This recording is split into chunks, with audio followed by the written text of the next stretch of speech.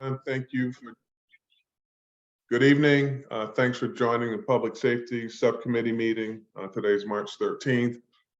Thank you all for being here. I apologize. I'm remote at the moment, but I will be there following this meeting for council. But we have a full agenda, and I just want to get right into it.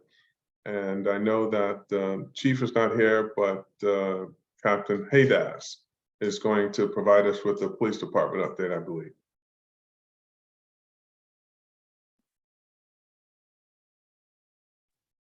Yes, sir. I'm going to see if I can share my screen here for the presentation.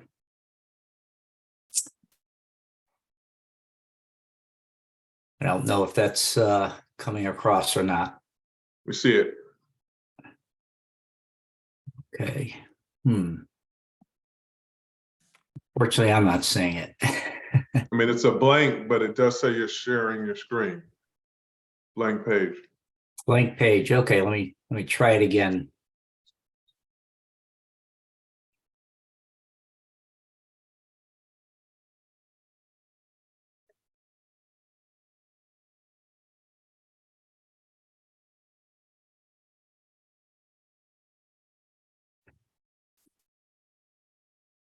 Is that any better?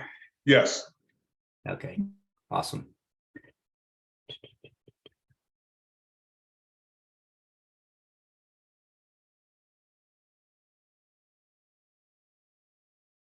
Okay, we'll go into the crime stats for February 23. We had 0 homicides, 0 sexual assaults reported.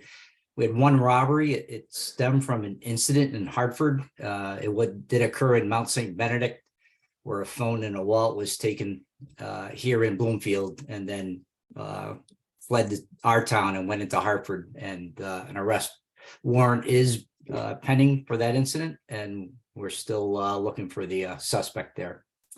We had 0 aggravated assaults. We had experienced 4 burglaries, 3 of them of residential nature and 1 commercial.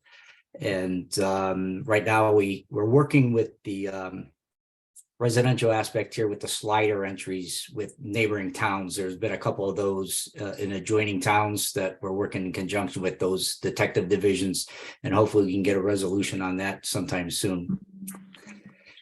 Our overall larcenies were 34 in total, 16 of which were shoplifting, majority coming out of Capaco Plaza. And then the rest were various retail frauds, credit card frauds, and kind of scam put on some of our community residents here. Auto thefts, that seems to be a recurring theme here. We had 4 taken from the driveways. 1 was at a business while running, and 1 motorcycle was taken from a barn. The 4 from the driveways are the new aspect, where back to the old method where they're actually breaking the steering columns and utilizing devices to start the car without the key. And they happen to be just Hyundais and Kias that's prevalent with. And again, neighboring towns are also experiencing that same phenomenon going on. On the personnel front, we still have 2 police vacancies. We're in a process of working with human resources to try to hire. We also have hired a number of officers. We are recruits. We have 1 in the Hartford Police Academy now. We have 2 that are still with us waiting for their academy to start, which is scheduled on April 3rd. I also have 3 officers in field training, and they're finishing up their field training. They'll be on their own, and then they could alleviate some of the vacancies we're feeling right now in our patrol ranks. We also have 2 of our officers on light duty. 1 is going to be into the fall, so that's a little prolonged, and we're hoping the other one can come back by the end of this month with the next evaluation. Our traffic statistics, motor vehicle accidents on public roads were 41. The officers conducted 172 motor vehicle stops throughout town, and we also were able to make 4 DUI arrests. We've had specific traffic details in areas for speed at Blue Hills Avenue, Prospect Street, Woodland Avenue, Maple Avenue, Terry Plains Road, and Jackson. We also are in the just starting to make an application for a speed grant for the state roads within town, and they're going to make some monies available to put out further details there to try to curtail some of that activity. The citizens that complaints that of particular traffic events, the stop sign on Packard Street, Ledyard, Kenwood Circle, and Westbrook Roads. So traffic stop sign enforcement's going on there. And we also have some hazard complaint on Griffin Road over at the school with the school buses and a lot. And that it is a major issue. And our community service division is working with the school and the bus company to try to curtail that. But in the mornings and at the pickups, there is a stagnant trying to get the buses through the school, and there's 20 buses lined up in queue, and the roadway really isn't sufficient for that kind of delay there. So we're hoping to get a positive resolution out of that one. We have speed shields located throughout town. I'm sure the members of the public have seen them, as well as the member of council. Wittenberry Avenue, Philly Street are our solar ones. We have Tungus Avenue, Maple Avenue. We received from the state of Connecticut DOT, and we are also solar, but we are able to glean some data on that. But our one real data collectors that go to stealth mode so we can get actionable data right now are on Woodland Avenue and Terry Plains Road. We received no citizen complaints to our professional standards division for the reporting period, and we did incur 2 use of force incidents for the month. There was a firearm display while making verbal commands to a suspect who was armed with a knife, but the individual complied and an arrest was made. And there also was an incident where the officer pointed a taser at a subject to gain compliance on a trespassing call where the suspect was non-compliant and wouldn't adhere to verbal commands. And once the laser of the taser was pointed, then compliance was gained. So that was a positive outcome there without any actual deployment of the taser. Our mental health clinician still works well with us, and we're seeing a lot of positives with that partnership. There were a total of 34 mental health care crises in town.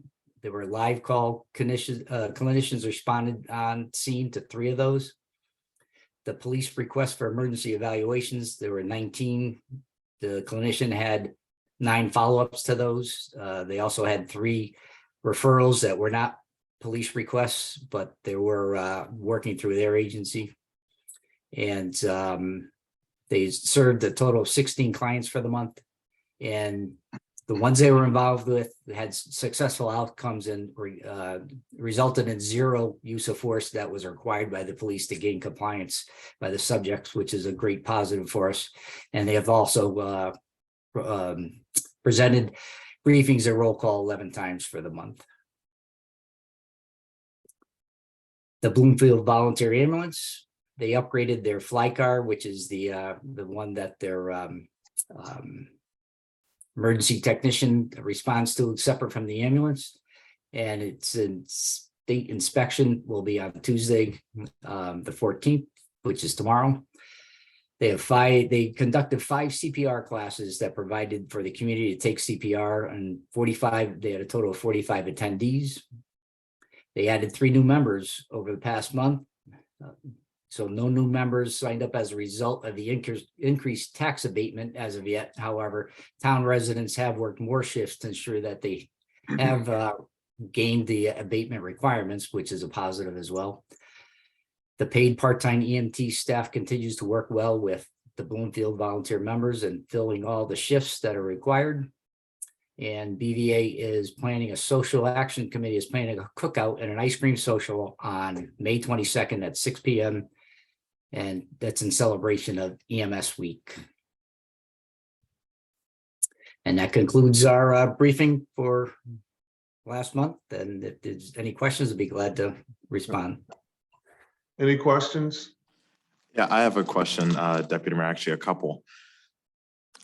So first, thank you very much for filling in today, Captain. I appreciate you being here. My question is in regards to the larcenies that we're seeing at Capaco. Obviously, that seems to be a hotspot for larcenies, just based off of the nature of the crime with shoplifting. What are we doing in order to combat that? Like, what do patrols look like in that area? Mhm. Well, we had stepped up for the last month of our presence there. We've had tapped into another it is a violence crime grant as well, and auto theft. So patrolling, we have ventured into the plaza to patrol for the thefts of catalytic converters, which at times have grown into a more substantial crime besides just the larceny when confronted, and also auto thefts for cars being left running and such. But the presence has really increased out there, and we've got a lot of positive feedback from the business owners and the community. We work hand in hand with all the businesses there and their loss prevention personnel. We believe that we have curtailed some of that activity because of there's been some brazen ones lately, but not here in Bloomfield, where individuals pull up in a car, they run in, they grab everything they can and just run out. We haven't seen any of those large scale ones since we put the presence out there. And a majority of, like you said, are shoplifters, and we haven't seen very large bulk ones, but most of them are small enough to conceal. And truthfully, a lot of the loss prevention ones get reported in bulk to us. Once we do go there and make contact, their loss prevention checks the videos from past days, and they report 3 or 4 at a time. So it's not uncommon for an officer to go there and take a report for 3 or 4 larcenies, but they're 2-3 days old, but they're still reporting them. And they're very, very minor, say, solvability factors on them, but we do record them. We're obligated to report them as the larcenies. And sometimes we can identify somebody by just because there are frequent offenders that our officers might know. And sometimes, like the Home Depot or the Lowe's, their loss prevention might know of individuals as well that they can identify. In those cases, we do submit a warrant for the arrest, and we have made arrests like that, but there's not a lot of stiff penalties in the courts for it. So Thank you for that response. I appreciate it. It's always great hearing, how our officers are responding to the different concerns, and especially the safety concerns in our community. So thank you very much. Secondly, I got the opportunity to meet Officer Lewis Voigt, who is a new recruit. Phenomenal person. It's always nice to see as well the different officers that are going to be coming into our community, that are going to be serving our community. And he seems to be someone that has great potential for our force here. So I just want to share that as well, that it was amazing meeting one of those new recruits.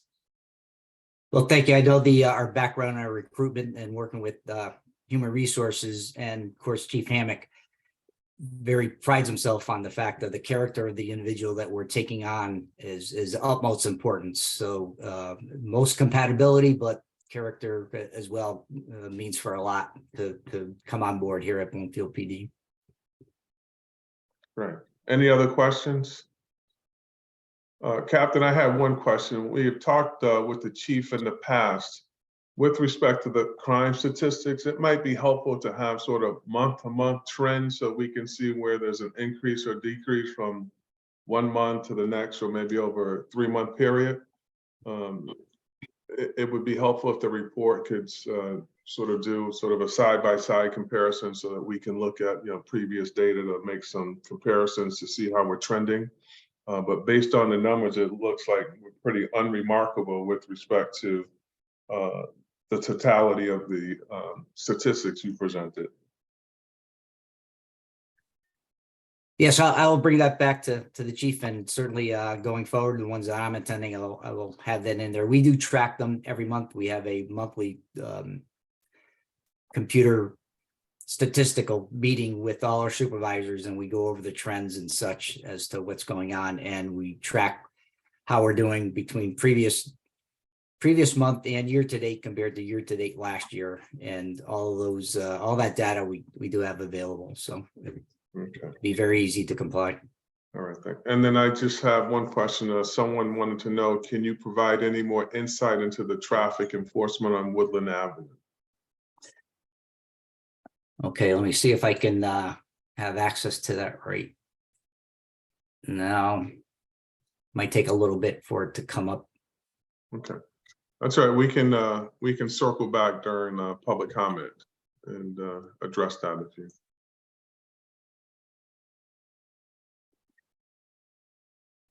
Okay, sure. It's just going to take a few more minutes, but Okay. All right, why don't we go into the, if there aren't any other questions, we'll go into the fire department updates, and we'll start with Chief Jones. Blue Hills.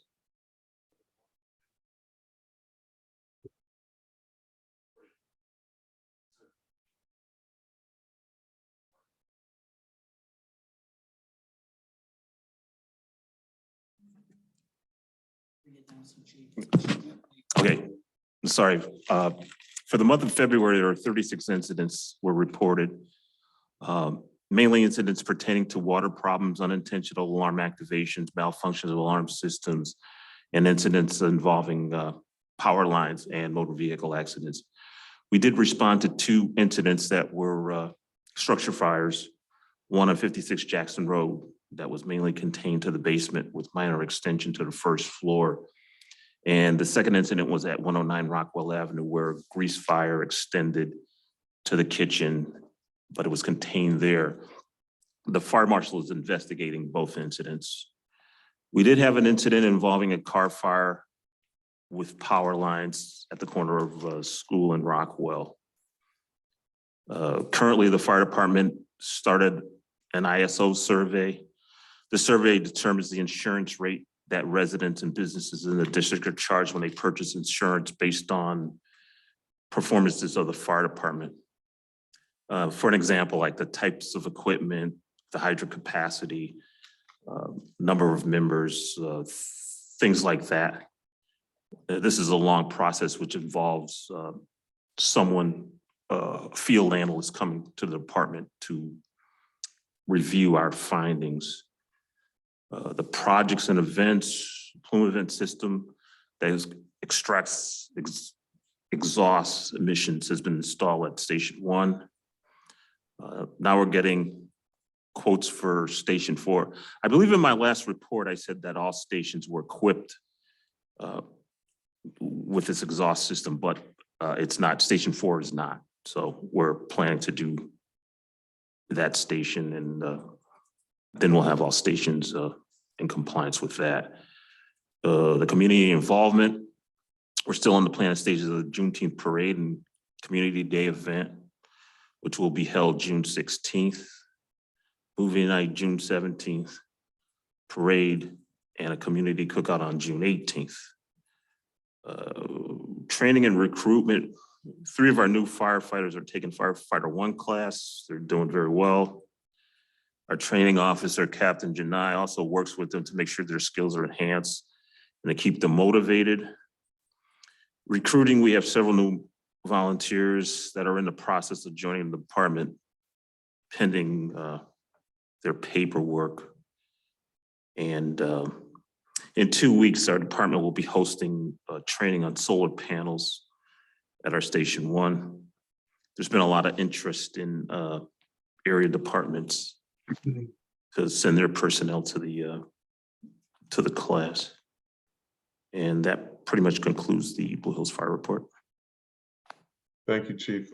Any questions for the Chief? I see Councilperson DeBeetham Brown. Thank you so very much. I just want to apologize. I'm in transit. I also wanted to say during the police, I was able to witness a couple incidents with the police department and the fire department.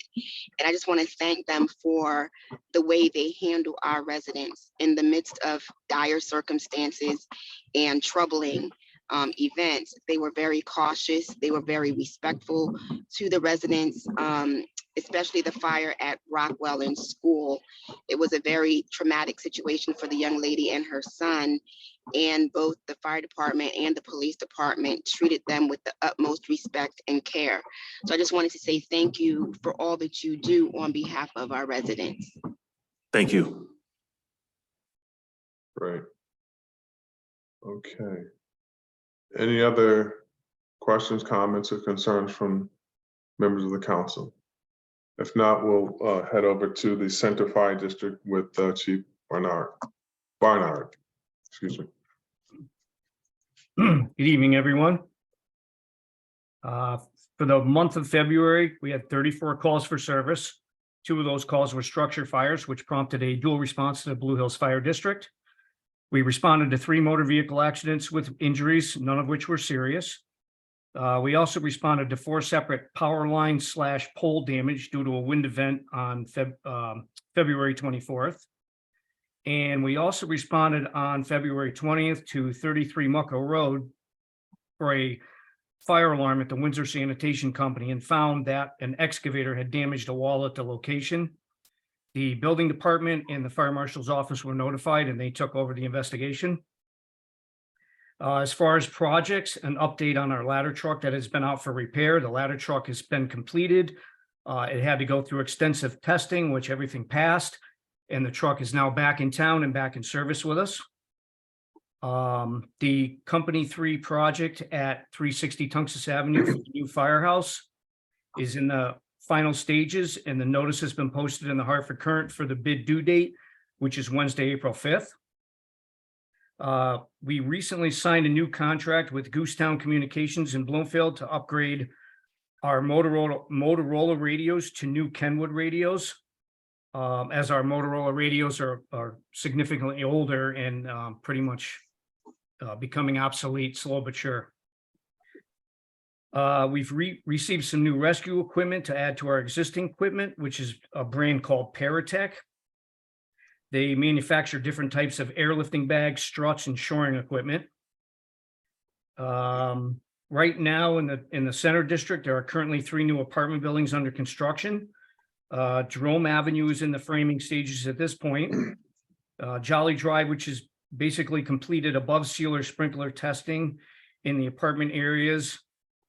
And 55 Tungus Avenue, the old Alexandria Manor, has completed some above ceiling sprinklers in one section. We have visited these buildings and done some pre-planning just so we know what we're up against in the future for any calls we may have there. Community involvement and none to report at this time. As far as training, we currently have 4 members taking firefighter 1, and they are approximately halfway through the class.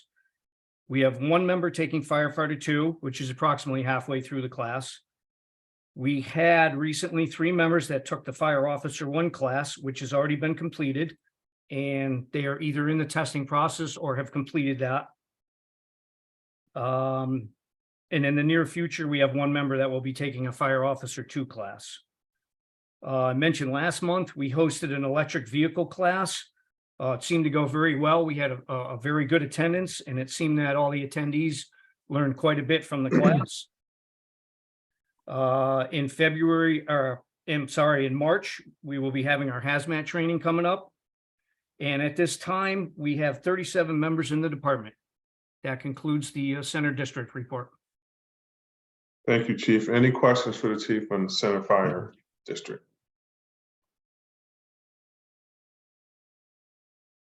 Okay, hearing none, we'll go into our EMS report with Lou Blumenthal. Good evening, all. We have not met since our last meeting here. That is, we have no February meeting, so there's nothing specific to report. And the police report covered BVA pretty well, as usual. So nothing else. Thank you. Any questions? I'm here. Thank you, sir. Anything for Lou? Okay. All right, next on the agenda is other public safety concerns.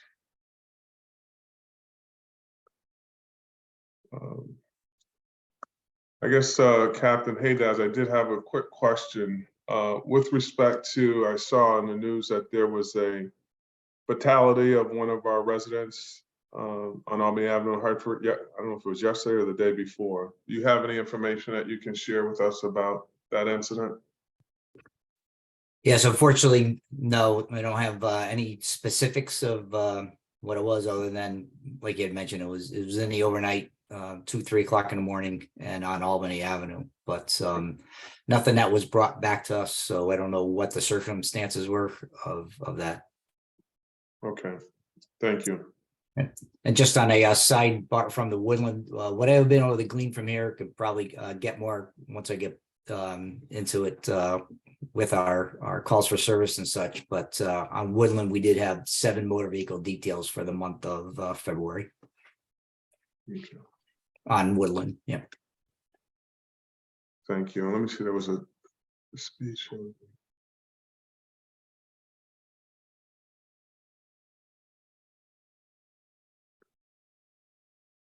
Okay, there was a question from the public, and I think you hit on it. You said there were 7, and there was a comment, and our resident says that the speed shields have been a good reinforcement, but he still sees 45 to 50 mile per hour on a regular basis. The Timco logistic trucks are regular offenders when leaving in the morning. The drivers on the road seem to no longer care that they are speeding excessively. But again, I think you touched upon that, and you said there were 7 details? Correct. And the data collectors are out there, so we're going to get the we'll get the data for that activity, and then we will adjust our enforcement details accordingly to match it there. So we'll glean some of the data, and we'll know what time they're out there and the volume of cars and the excessive speeds and the maximum speeds that are being hit. So, and we'll come back with our enforcement action once the data gets evaluated. Okay, great, thank you. India, do we have any public comments? Councilman McCleary has a question. Oh, I'm sorry, okay. No problem. It's just hard with the technology in here, Deputy Mayor. You can't really raise your hand, or you just have to interrupt, which I don't think is respectful. But Captain, when you say details, is that like motor vehicle stops or like warnings or tickets? Like, how do you define the terminology of details? Right. When we send the officers out there, we try to use the data as to when the offenses are occurring, and then whilst they're on there, they're on that detail instead of answering other calls for service. And they could, depending on the activities and the offenses that they see, could be multiple motor vehicle stops with a variety of whether it's warnings, tickets, or summonses for the activities that they encounter. So I can. That's what I mentioned earlier. So we'd probably be able to drill down deeper once we get into the details for what they had submitted, cross-referencing those as to any enforcement action they had taken. But what I was able to glean right now were the fact that there were 7 of the details out there. So. Thank you for that. Maybe through you, Deputy Mayor, if we could get like some data as it relates to the year to date as to how many motor vehicle traffic stops, et cetera, tickets given, the average speed that the officers stop the car for speeding. I think that would help the public see that we're doing enforcement there. Just don't mind through you, Mr. Chair, maybe in the next chief report next month. Councilman McCleary, are you referring to Woodland or just overall in the town? Particularly focused on Woodland, but some of the areas that we've heard through the traffic common committee. I know there's like Brown Street, there's Elizabeth, and there's the side roads off of Blue Hills Avenue that folks have been complaining about. So if we can get a comprehensive data, but focus on those areas will be helpful, just so we can kind of put it out there for the public. Okay, we can look into that. I will definitely bring it back to the chief, and we will be happy to provide any data that we can get it out of our system on it. But all of that is registered in our computers for call for service and such. So it might be a little difficult for the actual speed with that might require a hand search as to what the officer clocked and the issuance of the ticket. So that might be a little more difficult to get, but the fact that infractions were given for whatever violations we should be able to get for you. Thank you. And Gord, one last question, Mr. Deputy Mayor. Have you seen if on some of the streets we put up no truck traffic, have we seen any results of like decrease in complaints? How is that working out? Have other areas of town seen truck traffic trying to cut through? How's that going? As far as from the PD, I think the ones we had set have deteriorated much. Woodland seems to be a little more of a chronic. We have worked with we paid visits to the companies down at the other end where the trucks might be coming out of. But I think the enforcement action from the officers hasn't, I want to say, hasn't been as steady as it was when we first posted it. So I'd have to say the observances of them have been less, but maybe we can get a little more from exactly when the trucks are leaving. I think that was some good information. It seems to be just out of the morning crew. And unfortunately, I think some of those times we're going to have to amend some of our shift changeovers. So when their offenses are occurring as to where our shift changes are, we might have to put out some other details to bridge that gap to be able to make an impact on those occurrences. Okay. All right. Anything else? And Captain, I just saw that someone just sent this to me. Is there a parking ban tonight in town? Yes, sir. The Public Works requested a parking ban, and it's from actually it's from tomorrow morning, 6 a.m. tomorrow morning until 6 a.m. on Wednesday. Okay. Thank you. Okay. India, do we have any public comments? No, sir. Okay. I'm gonna give them an opportunity. If anyone wants to raise their hand or chime in, please do so. If not, I'll seek approval of our minutes from January 9. Is there a motion to approve? Second. Thank you. All right, any discussion? Hearing none, all in favor of approving the minutes from January 9th, signify by saying aye. Aye. Chair votes aye.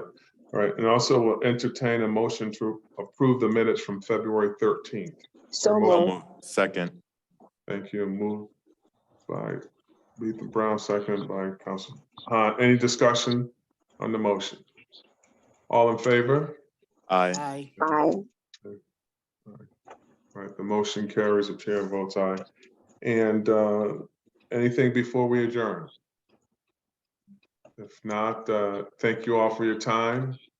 And and I just wanted to reiterate what Councilperson Letha Brown said. Thank you to our fire, law enforcement, and all of our volunteers for doing a tremendous job of taking care of our residents. So thank you all and look forward to seeing you soon. Good night. Good night. Thank you, sir. Aye. Nice, thank you.